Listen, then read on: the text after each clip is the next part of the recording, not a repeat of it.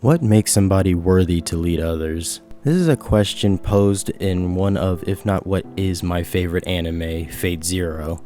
Beyond just tackling this question, there are other aspects of the show that made it my favorite. Everything from the battles to the character writing and interactions, to how well it does its job as a prequel setting up the 3 Fate Stay Night routes, made this show so amazing to watch for the first time, and is still just as amazing after a decade since I first saw it. One of the best scenes in this show is between the 3 kings, Saber, Archer, and Ryder. The interactions between these 3 embodies why I'm a Fate fan, having impeccable character work, a good theme, and people's ideals clashing, all with great art and animation. The 3 of them define leadership in their own ways, each with their own merit and flaws, and the clash of these ideals between them is so fascinating to me. I'll try to avoid spoilers as much as I can for anything outside of this scene that comes out of this show, since I want more people to get into the Fate franchise and I don't want to spoil that for anybody, because the 3 Stay Night routes and Zero are very much so worth your time.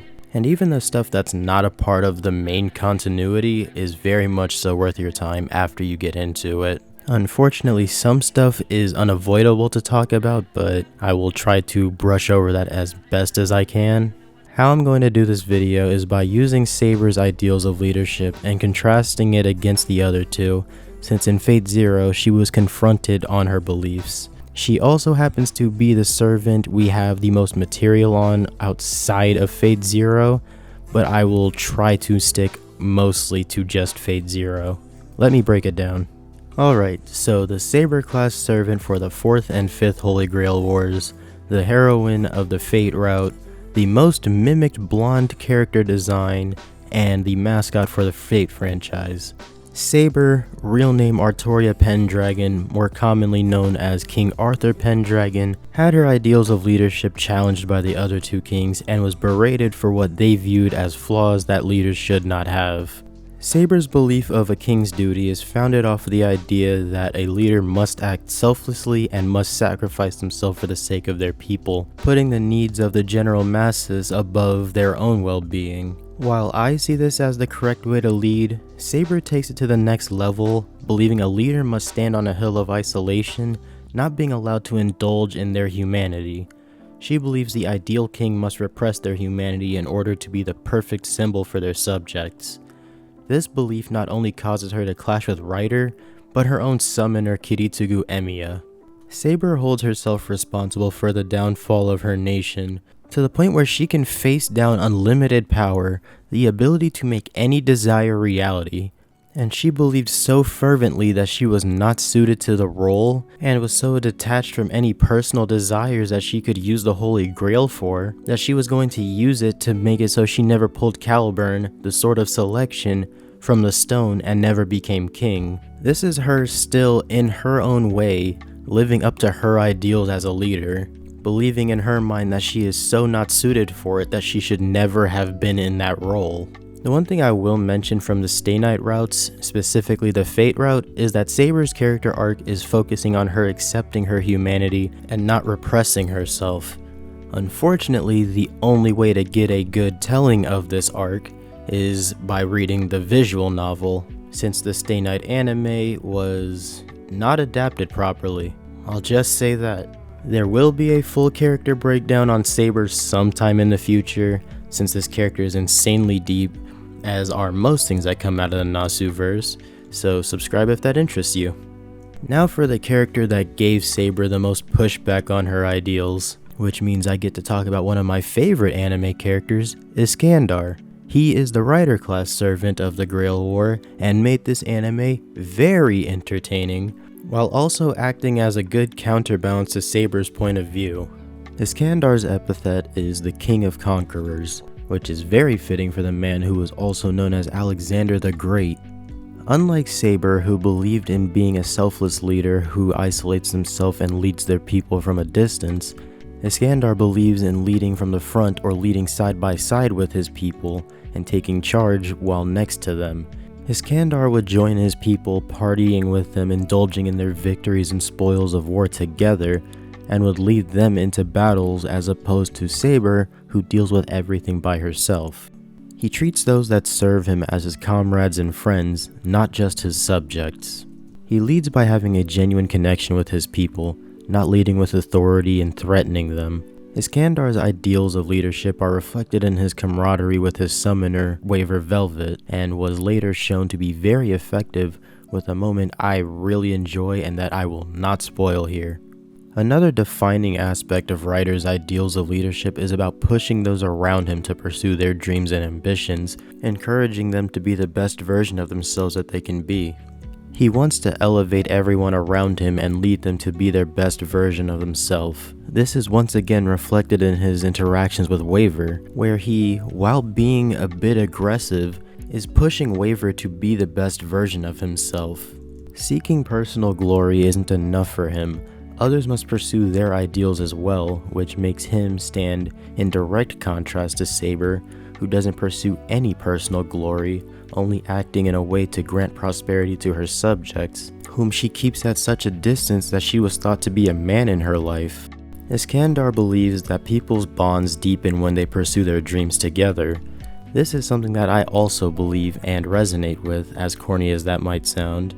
As for how Ryder stands in direct contrast to Saber, it comes down to Iskandar not believing a selfless leader can truly understand their subjects or guide them anywhere, arguing that a king who isolates themselves can't inspire those that they lead, which I think is very valid. He even tells her that it wasn't the downfall of her nation that made her unfit to lead, but it was her detachment from her humanity and her people that did. The last thing to mention about Iskandar is his wish. Iskandar wishes to be brought back to life to continue what he was doing in his life. You get one guess what the man who earned the epithet King of Conquerors would want to do if brought back to life. What's interesting about it though is that he doesn't want to conquer for domination or glory. It was to explore and experience all that the world had to offer. A truly unlimited worldview, endless parties, and pushing everyone to pursue their dreams, having a world's worth of comrades to spend his life with. I really love this character. He is one of my favorite fictional characters for a reason. Now, for the Golden Boy, he who stands at the top of the world's oldest king and the king of heroes, Gilgamesh, the king of ancient Mesopotamia. First off, this bastard gets all the cool titles. This is going to be more about listing Gilgamesh's ideals than it really is explaining them, since we don't get to see much of it in practice or even really explained in Zero, and get more of it from the Stay Night routes and Grand Order Babylonia. Gil sees his authority as king as something bestowed by the heavens, something granted to him for being the apex being. It isn't for somebody to earn. The authority of a king is for him and him alone. When you know the true scope of this man's noble phantasm at max output, you would understand it. Gilgamesh believes the subjects serve the king, not the other way around. The king must command absolute fealty from the people under him. This makes further sense when discussing him when you realize that he believes all things in his domain belong to him, and that includes the people. This might not be as bad as it sounds though, considering another part of his belief is that the king must protect all that belongs to him. Though that bit of information is mostly coming from Grand Order Babylonia, where we actually see that in practice. Gilgamesh is harsh about who he allows to serve under him, and in his life only ever saw one being that was truly his equal, that wasn't a deity. He is quick to throw away any who are viewed as unworthy of the king's favor or attention. He also believes that a king must have and must demonstrate overwhelming power, and considering this man has Ea, the Sword of Rupture, an anti-world noble phantasm that, when restricted, is fully capable of rending reality to nothing, and can defy concepts like deathlessness, I think that makes sense why he believes he is the only true king. To him, any form of weakness is an affront to the king when it comes to his subjects, and an affront to the status and authority of a leader when done by one, tarnishing the divine mandate of the king. And once again, in his mind, only Gilgamesh can be king. As for his wish, Gilgamesh doesn't have one. He wants the Grail because, to him, it rightfully is already his, as is anything that he sees any amount of value in.